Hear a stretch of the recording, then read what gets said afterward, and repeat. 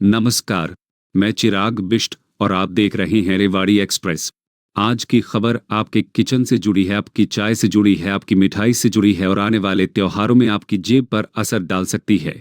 जी हां, हम बात कर रहे हैं चीनी की कीमतों की। पिछले करीब 50 दिनों में चीनी की कीमतों में तेज उछाल देखने को मिला है।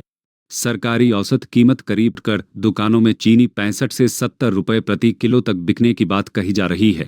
अब सवाल यह है कि आखिर ऐसा क्या हुआ कि दुनिया के सबसे बड़े गन्ना उत्पादक देशों में शामिल भारत को चीनी की सप्लाई को लेकर चिंता करनी पड़ रही है। क्या चीनी के दाम अभी और बढ़ेंगे? क्या आने वाले त्योहारों में मिठाई और अन्य खाद्य पदार्थ भी महंगे हो सकते हैं? और सबसे बड़ा सवाल, सरकार ने विदेशों से करीब 10 लाख टन चीनी आयात करने का फैसला क्यों किया? आज के इस विशेष एक्सप्लेनर में हम आपको समझाएंगे कि आखिर पिछले कुछ दिनों में चीनी इतनी महंगी क्यों हुई, देश में स्टॉक कम कैसे हो गया और इसके पीछे कौन कौन से बड़े कारण बताए जा रहे हैं। तो इस खबर को अंत तक जरूर देखिए, क्योंकि यहाँ हम बात करेंगे चीनी की बढ़ती कीमतों की पूरी कहानी की। सबसे पहले समझते हैं कि चीनी के दाम आखिर कितने बढ़े हैं। करीब 2 साल तक चीनी की कीमतें अपेक्षाकृत स्थिर बनी रही, लेकिन जून 2026 के बाद कीमतों में तेजी देखने को मिली। लगभग 50 दिनों में कीमतों में करीब 19% की बढ़ोतरी की बात सामने आई है। देश भर में सरकारी औसत कीमत करीब 55 रुपये 70 पैसे प्रति किलो तक पहुंच गई है। वहीं कई शहरों में खुदरा बाजार में चीनी 65 से 70 रुपये प्रति किलो तक बिकने की खबरें सामने आई हैं। अब सवाल है कि इतनी तेजी से कीमतें क्यों बढ़ी? इसकी सबसे बड़ी वजह बताई जा रही है बढ़ती मांग और कम होता स्टॉक। भारत में हर साल अगस्त से नवंबर के बीच चीनी की मांग बढ़ जाती है। इस दौरान गणेश चतुर्थी, नवरात्रि, दशहरा, दिवाली और अन्य त्योहारों के कारण मिठाइयों, कन्फेक्शनरी और प्रोसेस्ड फूड की खपत बढ़ जाती है। लेकिन इस बार मांग बढ़ने के साथ साथ बाजार में उपलब्ध चीनी का स्टॉक कम बताया जा रहा है। भारत में चीनी बनाने का नया सीजन आमतौर पर 1 अक्टूबर के आसपास शुरू होता है।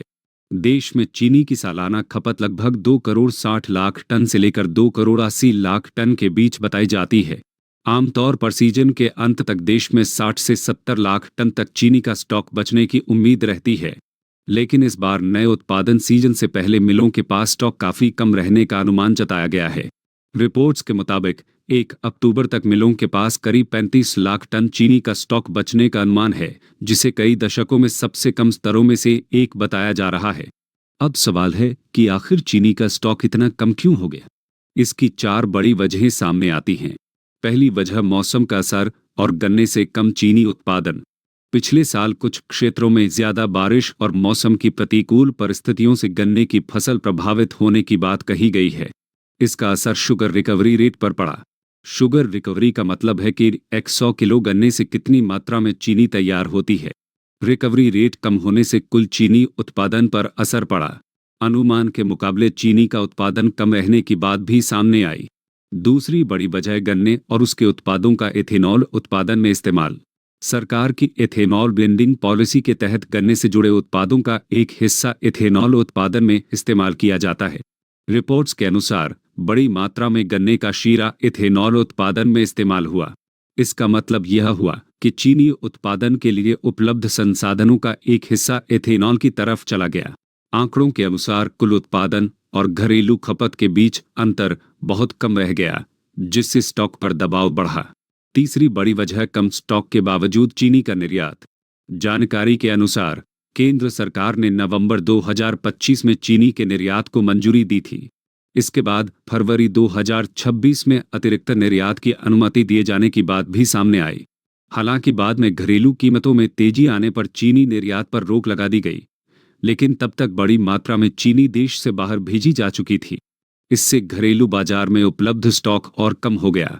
यही वजह है कि अब यह सवाल उठ रहा है कि जब घरेलू स्टॉक सीमित था, तब निर्यात की अनुमति क्यों दी गई? हालांकि इस पूरे मामले में उत्पादन, खपत, स्टॉक और निर्यात के आंकड़ों का अंतिम आकलन संबंधित सरकारी एजेंसियों और उद्योग के आधिकारिक आंकड़ों के आधार पर ही स्पष्ट होगा। चौथी बड़ी वजह त्योहारी सीजन में बढ़ती मांग और स्टॉकिंग। त्योहारों के दौरान मिठाई, बिस्कुट, कोल्ड ड्रिंक्स, कन्फेक्शनरी और अन्य खाद्य उत्पाद बनाने वाली कंपनियों की चीनी की जरूरत बढ़ जाती है। ऐसे में कंपनियां पहले से चीनी का स्टॉक करना शुरू कर देती हैं। जब बाजार में मांग बढ़ती है और उपलब्ध स्टॉक कम होता है तो कीमतों पर दबाव बढ़ना स्वाभाविक है। यही कारण है कि खुदरा बाजार में चीनी की कीमतों में तेजी देखी जा रही है। अब सबसे बड़ा सवाल, सरकार इस स्थिति को कैसे संभालेगी? घरेलू सप्लाई को बेहतर बनाने के लिए विदेशों से चीनी आयात करने की तैयारी की जा रही है। जानकारी के अनुसार सरकार करीब 10 लाख टन चीनी विदेशों से मंगाने की योजना पर काम कर रही है। ब्राजील जैसे बड़े चीनी उत्पादक देशों से कच्ची चीनी आयात की जा सकती है, जिसे भारत की घरेलू मिलों में रिफाइन करके बाजार में उतारा जाएगा। बताया जा रहा है कि भारत ने इससे पहले भी जरूरत पड़ने पर चीनी का आयात किया है। लेकिन सवाल यह है कि आयात की गई चीनी बाजार तक पहुंचने में कितना समय लगेगा और क्या इससे त्योहारों के दौरान कीमतों को नियंत्रित किया जा सकेगा? कुछ उद्योग विशेषज्ञों का मानना है कि पर्याप्त मात्रा में कच्ची चीनी की उपलब्धता और उसकी समय पर आपूर्ति भी एक चुनौती हो सकती है। अब देखना होगा कि सरकार के आयात और सप्लाई बढ़ाने के कदमों से चीनी की कीमतों पर कितना असर पड़ता है। तो कुल मिलाकर चीनी की कीमतों में तेजी के पीछे 4 प्रमुख कारण बताए जा रहे हैं। पहला, मौसम के कारण उत्पादन पर असर। दूसरा, इथेनॉल उत्पादन में गन्ने से जुड़े संसाधनों का इस्तेमाल। तीसरा, सीमित स्टॉक के बावजूद पहले किया गया चीनी निर्यात। और चौथा, त्योहारों के दौरान बढ़ती मांग और स्टॉकिंग। इन सभी कारणों ने मिलकर घरेलू बाजार में चीनी की उपलब्धता पर दबाव बढ़ाया है। अब आम उपभोक्ताओं के लिए सबसे बड़ा सवाल यही है कि क्या आने वाले दिनों में चीनी और महंगी होगी या सरकार के आयात और सप्लाई बढ़ाने के कदम कीमतों को नियंत्रित कर पाएंगे? इसका जवाब आने वाले दिनों में बाजार की स्थिति और सरकारी कदमों से साफ होगा। हम आपको चीनी की कीमतों और इस पूरे मामले से जुड़ी हर नई अपडेट देते रहेंगे। आपके इलाके में चीनी कितने रुपए किलो बिक रही है? हमें नीचे कमेंट बॉक्स में जरूर बताएं।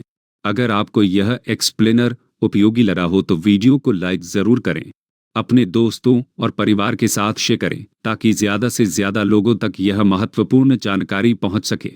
और ऐसी ही देश, हरियाणा और रोजमर्रा की जिंदगी से जुड़ी बड़ी खबरों और एक्सप्लेनर के लिए रेवाड़ी एक्सप्रेस को सब्सक्राइब जरूर करें। साथ ही बेल आइकन घंटी दबाना न भूलें ताकि हर बड़ी खबर सबसे पहले आप तक पहुंच सके। इसी के साथ आज का यह विशेष समाचार बुलेटिन यहीं समाप्त होता है। मैं चिराग बिष्ट आपसे विदा लेता हूं। देखते रहिए रेवाड़ी एक्सप्रेस। नमस्कार।